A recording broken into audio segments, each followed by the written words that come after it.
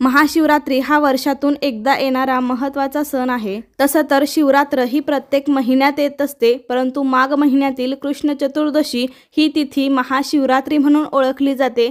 देवांचे देव आणि तिन्ही लोकांचे स्वामी महादेवांचा हा सर्वात मोठा उत्सव असतो। यावर्षी 8 मार्च रोजी महाशिवरात्री साजरी केली जाणार आहे।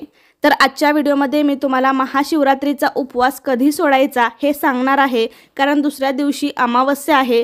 तर उपवास सोडण्याची शुभ वेळ काय असेल आणि कोणत्या वेळेत उपवास सोडावा तर आपल्याला या व्रताचं संपूर्ण फळ मिळेल। अमावस्या आहे तर मला कमेंटमध्ये विचारलेलं आहे की उपवास कधी सोडावा, तर उपवास सोडण्याची योग्य वेळ कोणती हे मी तुम्हाला सांगणार आहे। त्यासाठी व्हिडिओ शेवटपर्यंत पहा, पण त्याआधी चॅनलवरती नवीन असाल तर चॅनलला नक्की सबस्क्राईब करा। लगेच आजच्या व्हिडिओला सुरुवात करूया।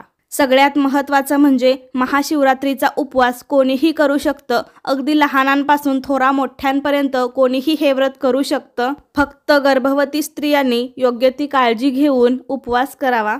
महाशिवरात्रीचा उपवास हा एकादशीप्रमाणे पूर्ण 24 तासासाठी केला जातो।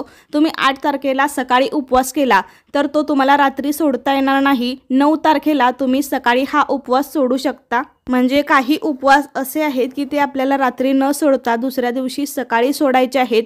एकादशी असेल, हरितालिका असेल, असे उपवास आपल्याला दुसऱ्या दिवशी सोडायचे असतात। हे महाशिवरात्रीचं व्रत 3 प्रकारे केलं जातं। कोणी निर्जळी व्रत करतं, म्हणजे अगदी पाण्याचा थेंबही न घेता उपवास करतात, किंवा काही जण फक्त फलाहार आणि दूध घेऊन उपवास करतात, म्हणजे या दिवशी फक्त फळं आणि दुधाचा आपल्या आहारामध्ये समावेश करतात, किंवा काही जण फराळाचे पदार्थ खाऊन उपवास करतात।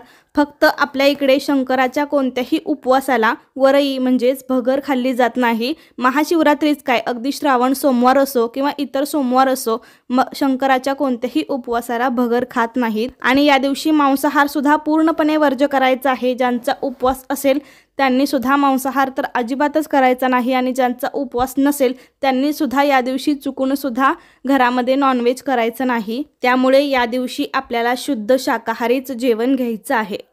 तसं तर या दिवशी तुम्हाला उपवासासोबतच महादेवांची जास्तीत जास्त सेवा आणि उपासना करायची आहे, कारण महादेवांना भोळा शंकर म्हटलं जातं।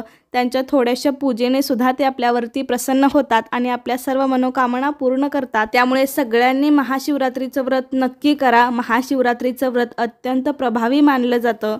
हा उपवास 24 तासासाठी धरला जातो। 8 तारखेला तुम्ही सकाळी धरायचा आणि 9ला सकाळी सोडायचा। उपवास कोणता पदार्थ खाऊन सोडायचा याचा सविस्तर व्हिडिओ मी आपल्या चॅनलवरती बनवलेला आहे। तो तुम्ही अजूनही पाहिला नसेल तर खाली डिस्क्रिप्शन बॉक्समध्ये लिंक दिलेली आहे, नक्की जाऊन चेक करा।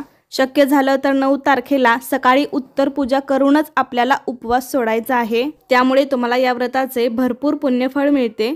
तर कमेंटमध्ये असेही प्रश्न विचारण्यात आलेले आहेत की शनिवारी अमावस्या आहे तर उपवास कधी सोडायचा, उपवास सोडण्याची योग्य वेळ कोणती। तसं तर उपवास सोडण्याचा आणि अमावस्येचा काहीही संबंध नाही, आणि जरी तुमच्या मनामध्ये शंका असेल तर अमावस्या ही शनिवारी 9 तारखेला सायंकाळी 6:18 नंतर, म्हणजे संध्याकाळी 6:15 नंतर लागणार आहे। ते रविवारी 10 तारखेला दुपारी 2:30 पर्यंत, म्हणजे 2:30 वाजेपर्यंत असणार आहे।